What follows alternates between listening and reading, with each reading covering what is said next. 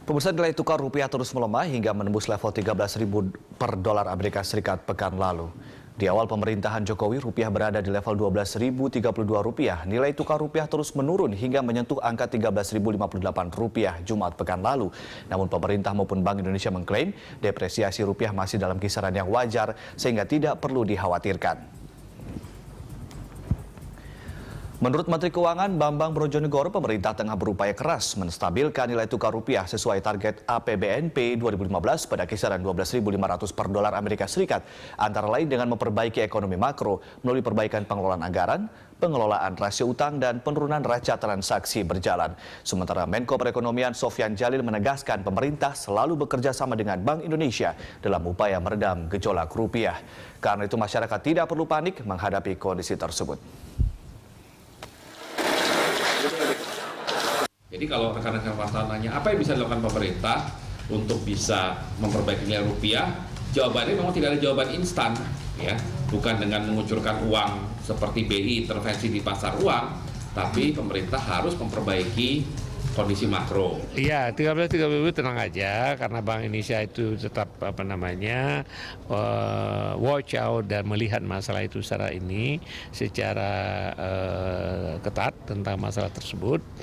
Seperti saya kemukakan, ada faktor internal, ada faktor eksternal. Faktor internal kita perbaiki, faktor eksternal ya yang tidak bisa ini, maka Bank Indonesia cukup awas terhadap masalah itu.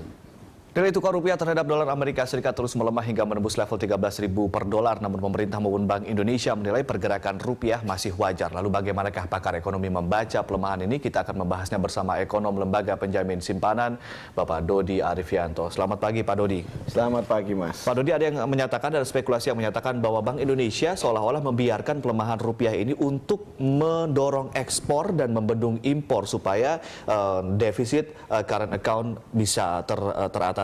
Betulkah demikian?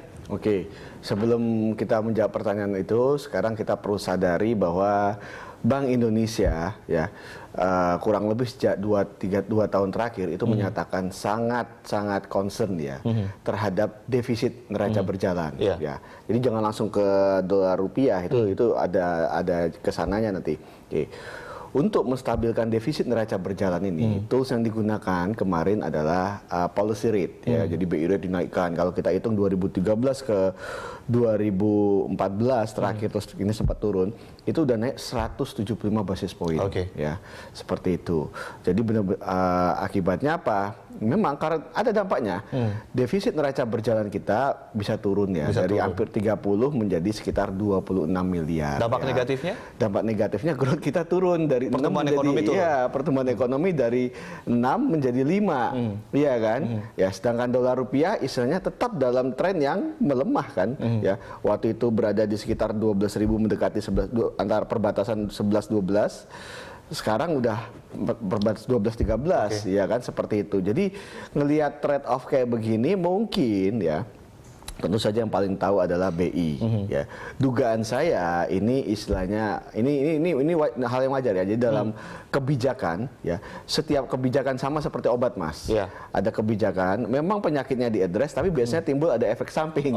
Ya, seperti itu. Nah, ini yang dilihat rasanya kok nggak worth it kalau ke pertumbuhan ekonomi, karena pertumbuhan ekonomi nanti ada ujungnya pada penyerapan tenaga kerja dan kesejahteraan rakyat di situ. Jadi mungkin ini ya bukan pembiaran ya, tapi kita coba cari trade off yang lebih ini, dan mungkin nanti yang saya duga nih BI akan resort kepada makro prudensial. Nanti dibidik aja langsung, mungkin sekarang BI sudah punya peta, dulu petanya belum jelas, sekarang udah punya peta siapa biang-biang gitu ya istilahnya ya, sumber biang dari penyebab defisit neraca berjalan, sektor-sektor mana aja, aktivitas ekonomi apa saja, itu langsung diregulasi melalui dia kan punya tool namanya makro prudensial. Bisa saja dia bilang nanti katakan kredit kepada sektor, kita tahu misalnya yang banyak nyerap impor itu misalnya beberapa jenis manufaktur ya, terus properti itu banyak baja, terus risk charge-nya ya, kalau bank mau mengucurkan kredit kepada dia dinaikkan. Oke, jadi ini level 13.000 ini menurut Anda adalah ideal untuk kemudian mendorong pertumbuhan ekonomi karena kita tidak bisa mendapatkan semuanya. Pengennya pertumbuhan ekonomi bagus tapi rupiahnya juga kuat, begitu tidak bisa begitu gitu ya? Ya, jadi memang dalam kondisi ini, jadi kita perlu sadari bahwa dolar rupiah ini mengalami tekanan karena demand dan supply-nya tidak imbang. Oke, demand dan supply ini berasal dari mana? Berasal dari keseimbangannya ya, berasal dari ekspor impor, kita bertransaksi orang dengan luar negeri, barang, jasa, kemudian jual beli aset, orang asing beli saham kita, obligasi kita. Kalau sampai dolar rupiah kita ini ketekan, berarti itu tidak seimbang. Artinya kalau kita bicara itu lebih banyak orang butuh dolar daripada yang butuh, ya seperti itu. Nah ini harus dikembali seimbang. Nah ini kalau kita ibaratkan, kita nggak usah berpikir rumit-rumit. Ini berarti kalau kita ibaratkan ya, kalau kita pakai agak kasual dikit, ini daya tarik Indonesia berarti masih belum dahsyat lah, belum sedahsyat itu ya. Dahsyat itu, dan kalau masih belum dahsyat, ini kita ibaratkan seorang wanita gitu ya, ya unless wanita itu cantik, baik, pinter, rajin ibadah, gitu, bisa ya ibadah itu bisa agak ini dikit lah ya, orang yang ngejar-ngejar dia gitu, laki-laki ngejar-ngejar dia ya. Tapi kalau istilahnya pas, dia harus improve. Ya kita harus sadar, sorry nih kalau misalnya Indonesia belum sampai level yang cantik luar biasa, pinter luar biasa ya. Dengan situ, ini ada beberapa yang ini ibaratnya perlu diimprove sehingga lebih banyak dana yang masuk sini, tentu saja kita harapin yang Indonesia, pemerintah Indonesia dan juga Indonesia secara keseluruhan tidak bisa mendapatkan inflasi yang rendah, pertumbuhan ekonomi yang tinggi, lapangan pekerjaan yang banyak, lalu kemudian sementara rupiahnya juga tetap menguat begitu ya, karena pasti akan ada yang jadi dikorbankan begitu untuk dengan itu, struktur gitu ya? saat ini. Ya, saya bukan bilang tidak akan pernah, itu salah. Tapi dengan nilai tukar rupiah yang 13.000 ini kan membuat orang shock karena ini level terendah sejak tahun 98, dan juga kalau misalnya masih dibilang wajar, sampai berapa level toleransi terhadap rupiah yang paling wajar? Kalau melemahnya gitu. Jadi pertama saya klarifikasi dulu, bukan tidak pernah ya, ya apa istilahnya, kita bisa improve sehingga kita bisa menjadi kalau tampang mungkin nggak bisa, ya bisa pinternya, bisa kelakuannya apa bisa diimprove sehingga daya tarik kita bisa lebih ya. Kemudian soal tadi, ini mungkin kalau saya memberi masukan ya, sebaiknya kita jangan lihat level. 13.000 ini adalah level yang istilahnya kita baru lihat sekarang ya, setelah tahun 98. Itu semua orang sempat shock gitu melihatnya. Betul, tapi istilahnya jangan lupa kita ini startnya di mana. 98 itu start di 97, kita itu 2.500. Dari 2.500 ke 13.000. Iya, itu 400-500% ya.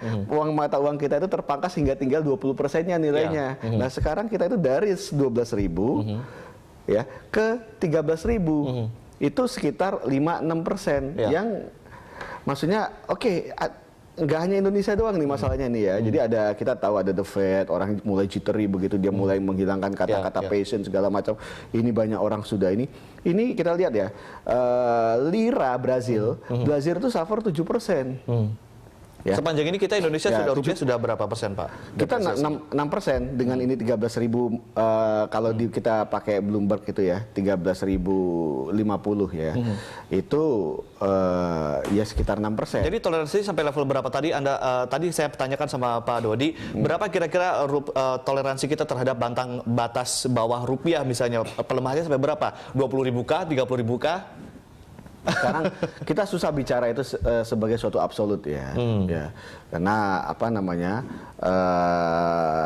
istilahnya, kalau lebih dari 10% depresiasi itu akan hit kepada korporasi, biaya biaya utang dia juga akan naik, imported inflation dan sebagainya. Tapi kita kembali lihat nature dari depresiasi ini, apakah dari global, jadi kita juga jangan menantang gelombang yang gede, istilahnya memang istilahnya emerging market, apalagi kita misalnya jangan membandingkan diri kita dengan Amerika Serikat. Bukan, emerging market yang istilahnya sudah membuat breakthrough pada struktural lah ya, ya seperti India. India itu sudah membuat breakthrough, atau Thailand yang rasa stabil atau ini. Tapi kalau kita bandingkan dengan Turki, Brazil, ya, Rusia, kita nggak bad gitu, karena kita kan sama-sama dengan mereka dalam arti ini adalah negara-negara emerging yang mengalami defisit neraca berjalan yang cukup besar loh ya. Ya kita bicara 3% ke atas ya, dan Indonesia adalah salah satu yang paling kecil di situ, dan memang tapi sangat tergantung kepada aliran hot money. Ya. Pertanyaan saya mungkin hampir mirip dengan pertanyaan sebelumnya. Di level berapakah rupiah ketika kita bisa bilang itu mengkhawatirkan? Ya kalau kita bicara tadi Mas, jadi saya pikir kalau sampai depresiasi ya, bukan level ya, depresiasi. Jadi jangan lihat dari sini 10% ya udah cukup lumayan itu ya. Ya.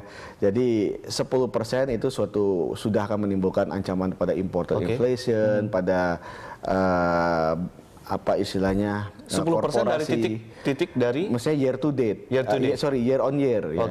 Ya. Jadi sampai depresiasi lebih dari 10% dalam setahun itu udah kita bicarakan warning nanti. 10% dalam setahun itu baru warning, dan kita baru 6%-an begitu ya Pak Budi ya. Ya, dan ini maksudnya juga ada trigger globalnya ya. Ini bukan gara-gara Indonesia sendiri yang ditinggal pergi sama asing ya. Jadi kalau misalnya ini gara-gara seperti tahun 2013 itu kita 30%. Ya 30% itu 2013. Depresiasinya. Ya, tapi kita juga nggak bisa istilahnya menentang badai. Itu karena kuantitatif easing diumumkan dihentikan, semua investor serentak meninggalkan emerging market. Ya, jadi bukan Indonesia karena mereka saja. balik terjadi capital outflow gitu ya. Itu apa mau kita tantang, kita habis-habisan, rasanya nggak wise juga kan? Baik, Pak Dodi, ngomong-ngomong soal capital inflow begitu ya, karena kita lihat capital inflow katanya akan naik, nanti kita akan bahas mengenai hal tersebut. Uang masuk terus, tapi ternyata rupiah tetap melemah. Kita akan bahas setelah jeda yang satu ini. Dan pemirsa tetaplah bersama kami.